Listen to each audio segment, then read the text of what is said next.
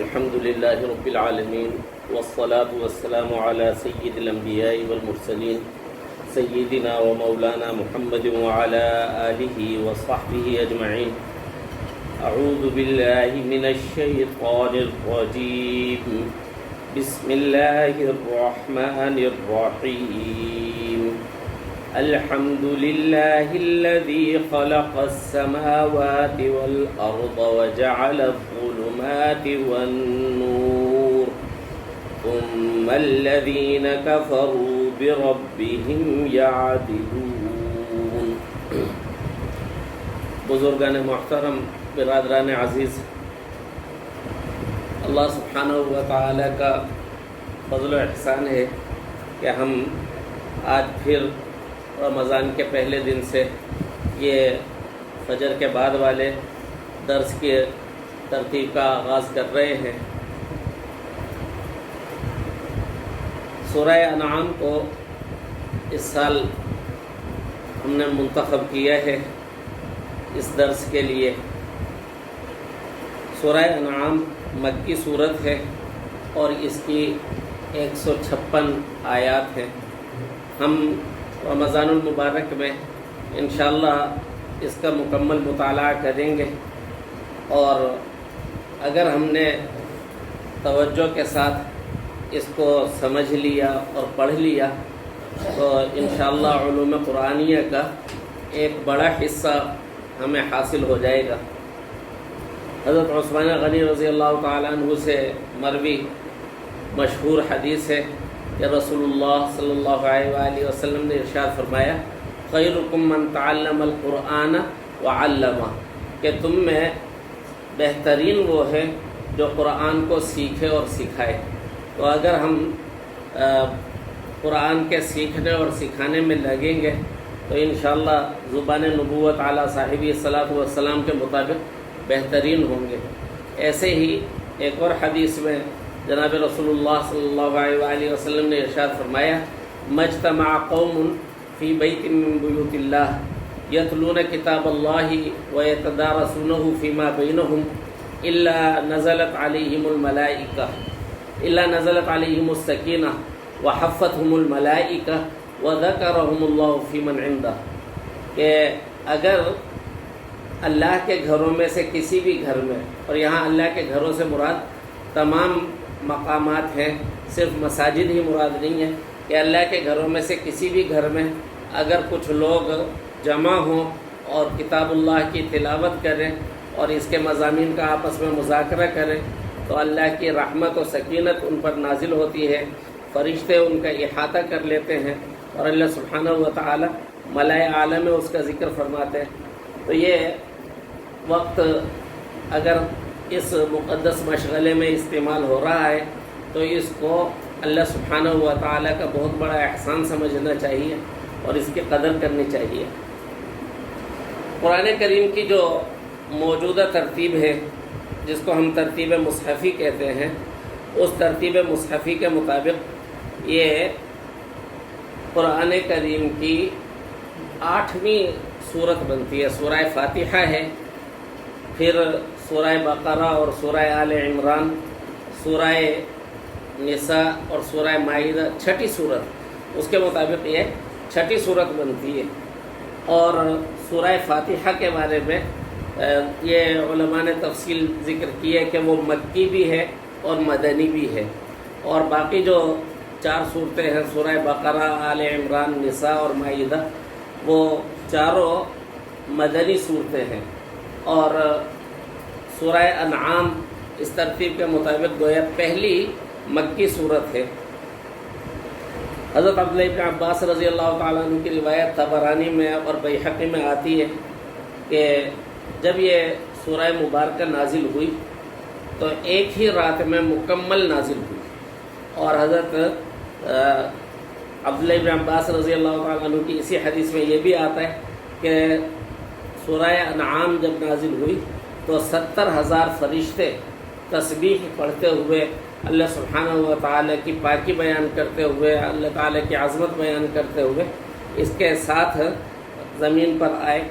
اظہار تھا اس سورہ مبارکہ کی عظمت کا اور اس میں جو مضمون ذکر کیا جا رہا ہے اس مضمون کی عظمت کا۔ سورہ انعام کا مضمون کیا ہے؟ سورہ انعام کا مضمون ہے توحید۔ اصل میں قرآن کریم کے علماء نے، علامہ سیوطی رحمہ اللہ نے بھی ذکر کیا ہے کہ 4 بڑے بڑے حصے ہیں اور چاروں حصوں کا آغاز الحمدللہ سے ہوتا ہے۔ پہلا حصہ سورہ فاتحہ سے سورہ مائدہ کے اختتام تک ہے، اس کا آغاز بھی الحمدللہ رب العالمین۔ دوسرا حصہ سورہ انعام سے شروع ہوا ہے، سورہ بنی اسرائیل کے اختتام تک گیا ہے، اس حصے کا آغاز الحمدللہ الذی خلق السماوات والارض وجعل الظلمات والنور۔ تیسرا حصہ سورہ کہف سے شروع ہوا ہے اور سورہ احزاب کے اختتام تک گیا ہے، اور اس کا آغاز بھی الحمدللہ سے، الحمدللہ الذی لم یتخذ ولد۔ اور چوتھا جو الحمدللہ الذی انزل علی عبدہ الکتاب ولم یجعل لہ عوجا، اور جو چوتھا حصہ ہے اس کا آغاز سورہ فاطر سے ہوا ہے سورہ ناس کے اختتام تک، اور وہ بھی الحمدللہ سے ہی آغاز ہوتا ہے۔ جو پہلا حصہ ہے اس حصے کو کہتے ہیں ہم حصہ شریعت، کہ اس میں شریعت محمدیہ کی عظمت اور پھر اس کی جزیات کی تفصیلات کا مکمل بیان ہے، اور ان صورتوں میں پورا تعارف آ جاتا ہے شریعت محمدیہ کا۔ جیسے سورہ فاتحہ میں اہدنا الصراط المستقیم یہ دعا ہے، اور پھر سورہ مائدہ تک اسی صراط مستقیم کا بیان ہے۔ تو پہلا حصہ شریعت، یہاں سے دوسرا حصہ شروع ہو رہا ہے۔ یہ دوسرا حصہ ہے حصہ دعوت، کہ اس حصے کے اندر اللہ سبحانہ و تعالی نے ایمان کی دعوت دی ہے، توحید کے دلائل بیان کیے ہیں، اور مختلف طریقوں سے لوگوں کو نصیحت فرمائی ہے۔ حضرت شاہ ولی اللہ رحمۃ اللہ علیہ فرماتے ہیں کہ تذکیر یعنی نصیحت یہ قرآن کریم میں 3 طرح آئی ہے۔ تذکیر بآلاء اللہ، کہ اللہ کی نعمتوں کو بیان کر کر کے نصیحت کی گئی ہے کہ ہماری یہ نعمت ہے، یہ نعمت ہے۔ سورہ انعام میں بھی تذکیر بآلاء اللہ کافی ہے، 28 آیتیں ہیں جو ہوا سے شروع ہوئی ہیں، اور ان 28 آیتوں میں تذکیر بآلاء اللہ ہے۔ دوسرا طریقہ اللہ تعالیٰ کی تذکیر کا ہے تذکیر بایام اللہ، مختلف قوموں کے ساتھ اللہ سبحانہ و تعالیٰ کا کیا معاملہ ہوا، اور جب ان پر اتمام حجت کر دی گئی تو پھر اس کے بعد ان کا کیا حشر کیا گیا۔ اس طرح کے واقعات سورہ اعراف میں بھی ہیں، پھر آگے سورہ یونس، سورہ ہود وغیرہ میں تفصیل سے آئیں گے۔ تو اس کو کہتے ہیں تذکیر بایام اللہ۔ تیسرا طریقہ ہے تذکیر بالموت کا، کہ اللہ سبحانہ و تعالی موت کو بیان کرتے ہیں، قیامت کو بیان کرتے ہیں، قیامت کے بعد جو احوال ہیں ان کا ذکر فرماتے ہیں، جنت اور جہنم کا ذکر فرماتے ہیں۔ تو یہ تذکیر بالموت ہے۔ اور یہ جو حصہ دعوت ہے سورہ انعام سے سورہ بنی اسرائیل کے اختتام تک، اس کے اندر یہ تذکیر کے تینوں طریقے ہیں، اور اس کے ساتھ یہ بھی ذکر کیا گیا ہے کہ امت محمدیہ کے جو منکرین ہیں ان کے ساتھ جہاد کے ذریعے کیا معاملہ کیا جائے گا۔ سورہ انفال ہے، سورہ توبہ ہے، تو اس میں یہ جدال بالحق، جدال باللسان، جدال بالسیف وغیرہ ان کا بیان بھی آتا ہے۔ سورہ کہف سے تیسرا حصہ شروع ہوتا ہے، اور اس تیسرے حصے کو اللہ سبحانہ و تعالی کی نصرت کے قواعد پر مشتمل کہنا چاہیے، کہ اللہ سبحانہ و تعالی اپنے بندوں کی اہل ایمان کی کس طرح نصرت فرماتے ہیں۔ اور جو چوتھا حصہ ہے وہ خطبات مختلفہ پر مشتمل ہے، متنوع موضوعات پر اللہ سبحانہ و تعالی نے مختلف صورتیں نازل فرمائی ہیں، اور ان کے موضوعات مختلف ہیں لیکن زیادہ تر احوال آخرت پر ہی مشتمل ہیں۔ تو یہ دوسرے حصے کی پہلی صورت ہے، اور اس میں ایمان کی دعوت اور خاص طور پر اللہ سبحانہ و تعالیٰ کی توحید کی دعوت دی گئی ہے دلائل کی روشنی میں۔ علماء کہتے ہیں توحید اشرف العلوم ہے، تمام علوم میں سب سے اونچے درجے کا علم یہ ہے کہ آدمی کو یہ معلوم ہو جائے کہ میری عبادت کا اور میری انتہائی تعظیم کا مستحق صرف میرا خالق و مالک رب اللہ سبحانہ و تعالی ہے، تو یہ اشرف العلوم ہے۔ اور سورہ انعام اسی اشرف ترین علم پر مشتمل ہے، اسی لیے جب یہ نازل ہوئی تو اس کے ساتھ 70,000 فرشتے نازل ہوئے تسبیح کرتے ہوئے، اللہ سبحانہ و تعالی کی پاکی بیان کرتے ہوئے۔ سورہ انعام کے اندر اللہ سبحانہ و تعالی کی توحید کے دلائل 49 آیات میں آئے ہیں۔ کہہ سکتے ہیں ہم کہ 49 آیتیں ہیں جن میں اللہ سبحانہ و تعالی نے اپنے توحید کے 49 دلائل کو ذکر فرمایا ہے، مختلف طریقوں سے اپنی نعمتوں کا ذکر کر کے، اپنے جو توحید کے دلائل آفاق میں پھیلے ہوئے ہیں ان کا ذکر کر کے۔ اس کا نام ہے سورہ انعام۔ عربی میں انعام کہتے ہیں چوپایوں کو۔ جانور مختلف قسم کے ہوتے ہیں، کچھ جانور بحری ہیں، سمندری دریائی، کچھ جانور بری ہیں۔ پھر جو بری جانور ہیں ان میں حشرات الگ ہیں، پرندے الگ ہیں، اور دواب زمین پہ چلنے والے جانور الگ ہیں۔ پھر جو زمین پر چلنے والے جانور ہیں ان کی بھی دو قسمیں کی جاتی ہیں کہ وہ بہیمہ ہیں یعنی گوشت خور ہیں یا انعام ہیں۔ اور جو انعام ہیں یہ پالتو بھی ہو سکتے ہیں اور پالتو کے علاوہ بھی ہو سکتے ہیں۔ تو یہاں یہ چونکہ آگے بیان آ رہا ہے کہ اللہ سبحانہ و تعالی ہی کا حق ہے کہ کسی چیز کو حلال قرار دے یا حرام قرار دے، اور اللہ سبحانہ و تعالی کے علاوہ کسی اور کے لیے یہ حق ماننا کہ وہ حلال قرار دے کسی چیز کو یا حرام قرار دے، تو یہ بھی اللہ تعالی کی توحید کے خلاف ہے اور شرک کی ایک قسم ہے۔ تو اس کا چونکہ بیان آگے آ رہا ہے اس لیے اس سورہ مبارکہ کا نام سورہ انعام رکھا گیا۔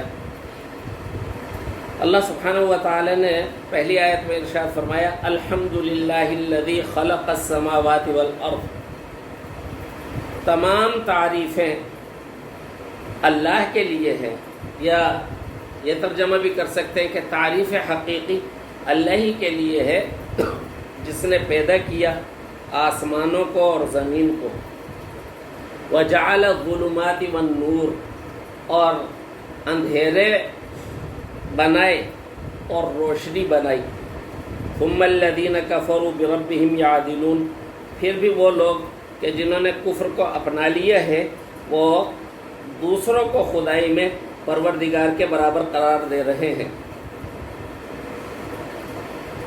حمد کس کو کہتے ہیں؟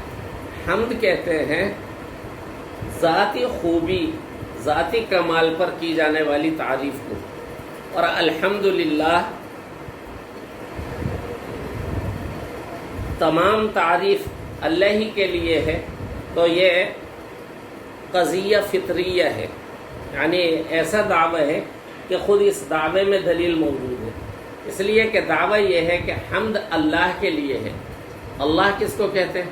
اللہ کہتے ہی حمد والے کو، وہ ذات واجب الوجود جو تمام خوبیوں اور کمالات کی جامع ہو۔ تو الحمدللہ کا ترجمہ ہوگا حمد حمد والے کے لیے ہے۔ تو یہ دعویٰ ہے دلیل کے ساتھ، اور علماء نے فرمایا کہ الحمدللہ یہ کلمہ شکر بھی ہے، اور الحمدللہ یہ کلمہ حمد بھی ہے، اور الحمدللہ یہ کلمہ توحید بھی ہے، کیونکہ الحمدللہ کا مطلب یہ ہے کہ اللہ سبحانہ و تعالی کے علاوہ اور کسی کا بھی کوئی ذاتی کمال نہیں، اللہ کے علاوہ اور کسی کی بھی کوئی ذاتی خوبی نہیں۔ ہمارے آقا و مولا حضرت سیدنا محمد مصطفیٰ صلی اللہ علیہ وآلہ وسلم کی کس قدر خوبیاں ہیں، کس قدر کمالات ہیں، لیکن حضور اکرم صلی اللہ علیہ وآلہ وسلم کی تمام خوبیاں اللہ سبحانہ و تعالی کی عطا، حضور صلی اللہ علیہ وآلہ وسلم کے تمام کمالات اللہ سبحانہ و تعالی کی عطا ہے۔ اور جب حضور صلی اللہ علیہ وآلہ وسلم کے تمام کمالات اللہ سبحانہ و تعالی کی عطا ہے، تو پھر کائنات میں اور کون ایسا ہو سکتا ہے کہ اللہ کے سوا جو کہے کہ یہ خوبی میری ذاتی ہے اور یہ کمال میرا ذاتی ہے؟ تو اللہ سبحانہ و تعالی کے لیے ہی تمام خوبیاں ہیں۔ یہ کلمہ توحید بھی ہے۔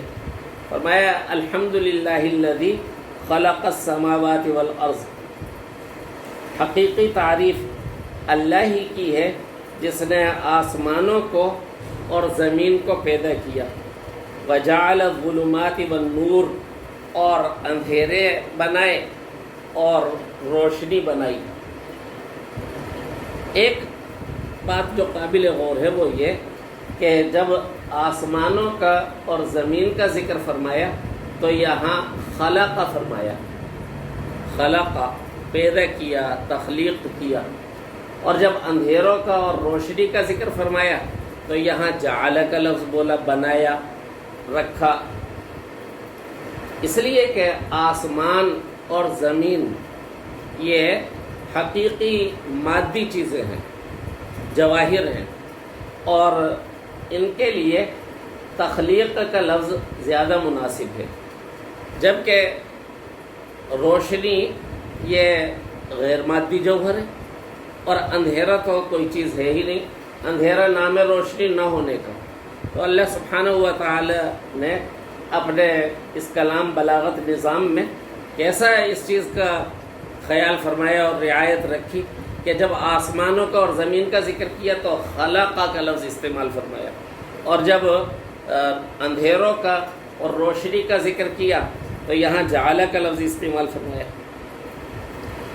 پھر ایک اور نقطہ یہ ہے کہ ظلمات، اندھیروں کا ذکر کیا تو یہاں جمع کا صیغہ لے کر آئے، اندھیرے، اس لیے کہ اندھیرے مختلف قسموں کے ہو سکتے ہیں، اور نور کو مفرد لے کر آئے۔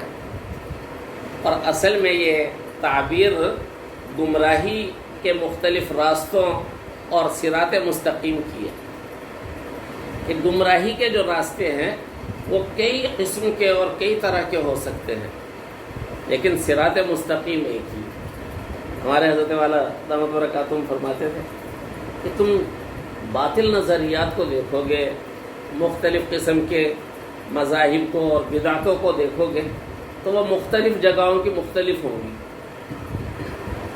ہمارے ملک کے اندر شرک کی صورتوں کو دیکھو گے وہ مختلف ہوں گی، اسی طرح سے دوسرے علاقے میں چلے جاؤ گے وہاں مختلف صورتیں ہوں گی، تیسری جگہ چلے گئے وہاں مختلف۔ ہندوستان کے مشرک عرب کے باطل معبودوں کا نام بھی نہیں جانتے تھے، اور عرب کے مشرک ہندوستان کے باطل معبودوں کا نام بھی نہیں جانتے تھے، لیکن پوری کائنات میں ایک ہی ہے۔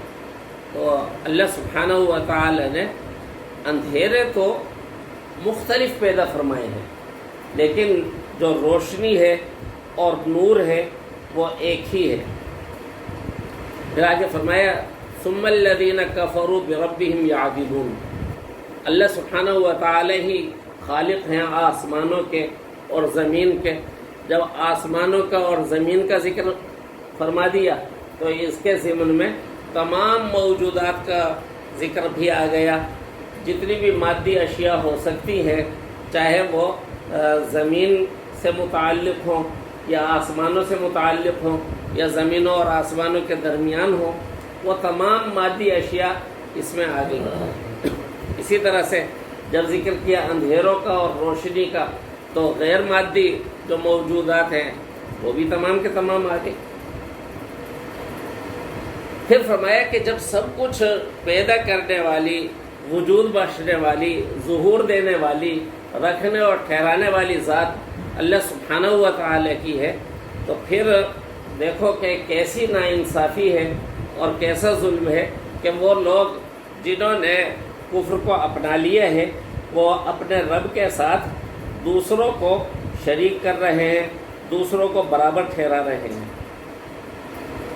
حضرت مفتی شفیع صاحب رحمۃ اللہ علیہ نے فرمایا کہ مقصود اس آیت کا توحید کی حقیقت اور اس کی واضح دلیل کو بیان فرما کر دنیا کی ان تمام قوموں کو تنبیہ کرنا ہے جو یا تو سرے سے توحید کے قائل ہی نہیں یا قائل ہونے کے باوجود توحید کی حقیقت چھوڑ بیٹھی ہیں۔ کچھ قومیں تو ایسی کہ وہ سرے سے توحید کی قائل ہی نہیں ہیں، جیسے مجوسی جن کو ایزدی بھی کہا جاتا ہے، پارسی بھی کہا جاتا ہے، کہ وہ شروع سے ہی اس بات کے قائل ہیں کہ معبود دو ہیں، ایک خیر کا خالق جس کو وہ ایزد کہتے ہیں یا یزدان کہتے ہیں، اور دوسرا شر کا خالق جس کو وہ اہرمن کہتے ہیں۔ ایسے ہی جو عرب کے مشرک تھے وہ بے تحاشا معبودوں کے قائل تھے، ان کے ہاں تو کسی بھی پہاڑ کا کوئی پتھر معبود ہو سکتا تھا۔ ایک صحابی فرماتے ہیں کہ جب کوئی سفر پر جاتا تھا تو سفر کے دوران اس کو کوئی چکنا سا صاف سا پتھر نظر آ جاتا تو اسی کو لے لیتا تھا، اپنے سامنے رکھتا اور اس کی عبادت کرنا شروع کر دیتا۔ آٹے کے، لکڑی کے، پتھر کے بت بے تحاشا تھے۔ فتح مکہ کے جو واقعات ہیں ان میں آپ نے بھی پڑھو تو بہت ساری جگہوں پر ذکر آتا ہے کہ خانہ کعبہ اور اس کے ارد گرد 360 بت رکھے ہوئے تھے۔ ایک کتاب میں ہندوستان کے جو معبودان باطلہ ہیں ان کا عدد آیا ہے 23 کروڑ، کہ اتنے معبود انہوں نے بنا رکھے اور اس کی عبادت کرتے ہیں۔ اسی طرح فلاسفہ، کہ فلاسفہ جو دعویٰ تو یہ کیا کہ ہم توحید کے قائل ہیں، ایک ہی مبدأ کو مانتے ہیں، لیکن ایک مبدأ کو ماننے کے باوجود انہوں نے کیا کیا کہ صفت بقا میں، صفت قدم میں انہوں نے شریک ٹھہرا لیا مادے کو، کہ اللہ سبحانہ و تعالی کی ذات ازلی ابدی ہے، ایسے ہی انہوں نے کہا مادہ بھی ازلی ابدی ہے، صورت بدلتا ہے، فنا نہیں ہوتا۔ روح کو بھی انہوں نے ابدی مان لیا، اور دوسری طرف اللہ سبحانہ و تعالی کی تنزیہ میں انہوں نے بڑا جرم کیا اور اللہ سبحانہ و تعالی کو سوائے یعنی مبدأ ہونے کے باقی تمام صفات سے معطل کر دیا۔ ان کی توحید بھی در حقیقت توحید نہیں تھی۔ ایک طرف وہ مادے اور روح کو شریک ٹھہرانے کے مرتکب ہوئے، دوسرے اللہ سبحانہ و تعالی کو صحیح پہچان ہی نہ پائے۔ اسی طرح کا معاملہ یہودیوں کا اور عیسائیوں کا ہے، کہ یہودی اور عیسائی اہل کتاب ہونے کے باوجود اور لفظی طور پہ توحید کے قائل ہونے کے باوجود توحید حقیقی سے محروم رہے۔ یہودیوں کا معاملہ یہ ہے جیسے قرآن میں ہے کہ قالت الیہود عزیر ابن اللہ وقالت النصارى المسیح ابن اللہ، کہ یہودیوں نے حضرت عزیر کو اللہ کا بیٹا قرار دے دیا اور نصارہ نے حضرت عیسیٰ علیہ السلام کو اللہ کا بیٹا قرار دے دیا۔ تو اللہ سبحانہ و تعالی نے ان تمام کو تنبیہ کی ہے کہ ذرا غور کرو، اللہ سبحانہ و تعالی آسمان و زمین کے خالق ہیں، پوری کائنات کے خالق ہیں۔ دوسری جگہ فرمایا ما اشهدتهم خلق السماوات والارض ولا خلق انفسهم، میں نے آسمان و زمین کی تخلیق کرتے ہوئے ان کو مدد کے لیے نہیں بلایا تھا، اور خود ان کی تخلیق کرتے ہوئے کون سا ان کو مدد کے لیے بلایا تھا۔ تو اللہ سبحانہ و تعالی کائنات کے خالق ہیں، مالک ہیں، حاجت روا ہیں، مشکل کشا ہیں، تو سجدہ انہی کا حق ہے۔ توحید اعتقادی، توحید فعلی ان کا حق ہے۔ توحید اعتقادی کیا ہے؟ توحید اعتقادی یہ ہے کہ اللہ سبحانہ و تعالی کو ذات میں، صفات میں، اور اللہ سبحانہ و تعالی کو جملہ کمالات میں، حقوق و اختیارات میں وحدہ لا شریک، یکتا اور اکیلا مانا جائے۔ اور اسی طرح سے توحید عملی یہ ہے کہ جب اللہ سبحانہ و تعالی ذات میں، صفات میں، کمالات میں بالکل اکیلے ہیں تو پھر سجدے میں، رکوع میں، طواف و اعتکاف میں اور تحلیل و تحریم میں بھی اللہ سبحانہ و تعالی کے ساتھ کسی اور کو شریک نہ ٹھہرایا جائے۔ تو یہ اللہ سبحانہ و تعالی نے کائنات کی تخلیق کا ذکر فرمایا اور اس کو دلیل کے طور پہ پیش کیا کہ اللہ سبحانہ و تعالی کے لیے ہی اصل خوبی اور کمال ہے، اور اللہ سبحانہ و تعالی کے علاوہ کوئی بھی اس خوبی اور کمال میں اللہ کا شریک نہیں ہے۔ پھر بھی کیسا ظلم اور کیسی ناانصافی ہے کہ جنہوں نے کفر کو اپنا لیا وہ پروردگار عالم کے ساتھ دوسروں کو شریک ٹھہراتے ہیں۔ اللہ سبحانہ و تعالی ان باتوں کو اپنی رضا کے لیے قبول فرمائے۔ یہ پہلی آیت ہو گئی، اور اب انشاءاللہ تمہید اور پہلی آیت کے بعد اب ہمارے لیے اس مضمون کو آگے چلانا آسان ہو گیا، توفیق رہی، تو آگے بھی انشاءاللہ یہ روزانہ درس نہ شروع کرے گا۔ اللہ سبحانہ و تعالی اس کو اپنی رضا کے لیے قبول فرمائے۔